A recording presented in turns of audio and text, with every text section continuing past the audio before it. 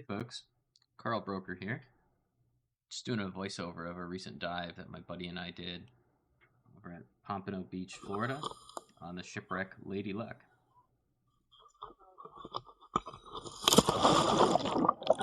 Dive was about 30 minutes.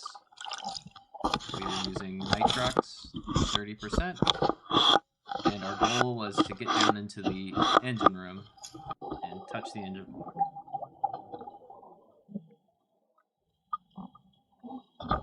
Just the beginning of the dive on our ascent, checking to see if our guide, will be joining us, of which he was, so I was feeling comfortable to descend.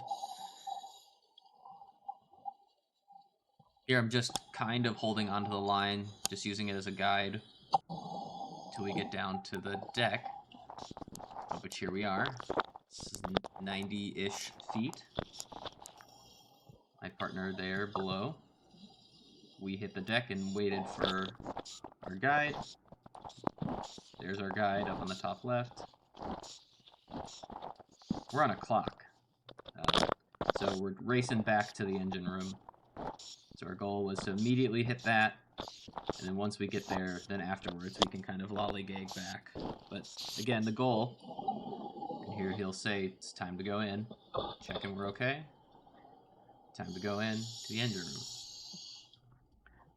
There's other people around, because there was another ship nearby that had another team going. But we were the first off the boat, so we knew, at least from our group, we wouldn't have to worry about people congesting this room. And luckily, there hadn't been that many people in here today, so there wasn't really that much silt, which is great.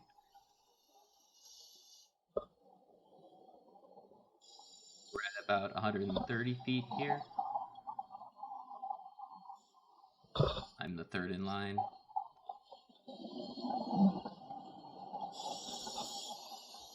Just doing a nice little rotation to give you a sense of the space here.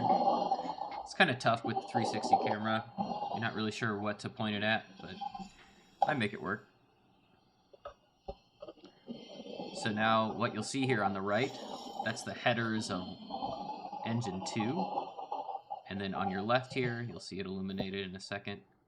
This is engine 1. So we're swimming between the two engines.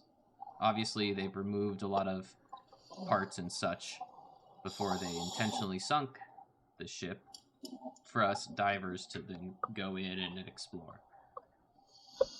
So it might not look like it, but my partner Adam and I were feeling really comfortable because there's tons of room. We're not having to worry about getting hung up on stuff. But we do wear gloves, as you see Adam just there, in order to be careful on some of those items that are going to be in our way.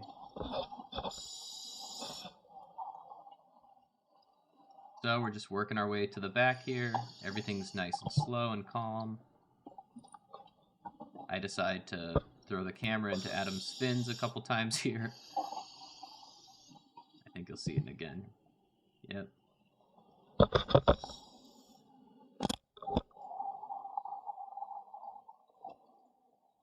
I slow down a little bit, keep spacing. Let's see, due to the constriction, pulling up particles and such into the water. So our guide told us to turn around. That's why Adam has stopped. He's turning to tell me to turn around. And then I make my turn here.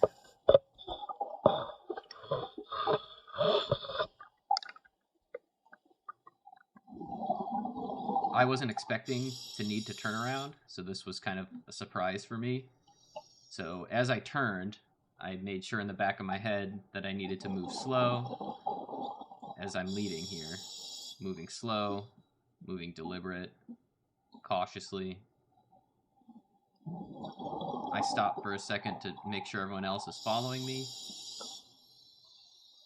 So here's a opportunity to show why it's important to have good communication and good distance between you and your team members. So I decide to go around to the second engine, which you'll see here in a second. My partner flashed at me and said no, time to leave.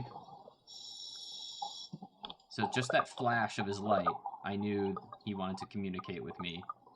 And it's extremely important when doing these kinds of dives that you have good trust and close communication with your partner. Our guide is communicating with Adam. He goes first, then Adam, and then me. And now we're headed on our way out. We've racked up, I think, right now, a total on our computers, 7 minutes of deco. That'll absolve once we get a little bit higher in the water column. But in the back of our heads, we know it's time to leave, time to get out. Not rushing, just taking our time, enjoying it. But definitely know that we need to leave.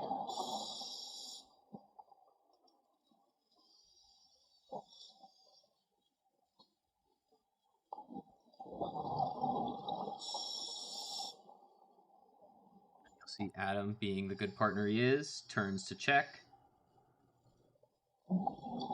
Make sure I'm squared away before exiting.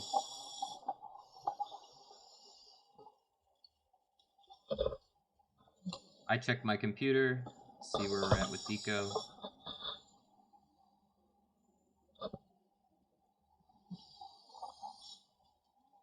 And now, through editing magic, I've sped up the return to the line and the return back to the ascent, because it's a little dull relative to going into the engine room. So anyways, our guide is asking us how much air we have left. Just a second ago, Adam says 1,700 psi. I have 1,500 psi. He says, great. And then time to keep moving. So now he guides us through the different parts of the deck, just to kind of have a little fun on our way back. And you'll see I'll speed it up in a second here.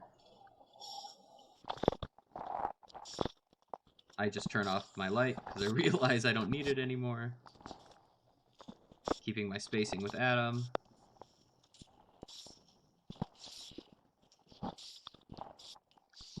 Our guide tells us this second dive is where we'll be entering in the holes that we just swam over. And now we're just kind of lollygagging back, enjoying ourselves.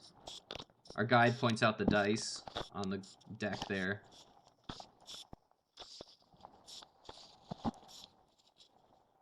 And now I point us back towards where we'll be heading back to the line. It's at the top of this arch here. As you can see, other teams are all coming back. Dives like this on an Illumina 80 usually are around 30 minutes, so everyone jumped in roughly at the same time. Everyone's coming back. You'll see there, Adam is ready to go up top, so he flashed me with his flashlight and said, let's hit the line, let's get going. He might have been maybe 200-300 less than me at this point in air, and we had 3 minutes of deco now that we've ascended, so we just wanted to make sure that we were following the rule of thirds by coming up with that extra safety gas. Now is the deco, 3 minutes, we hang out, and then the video ends here. So thanks for watching.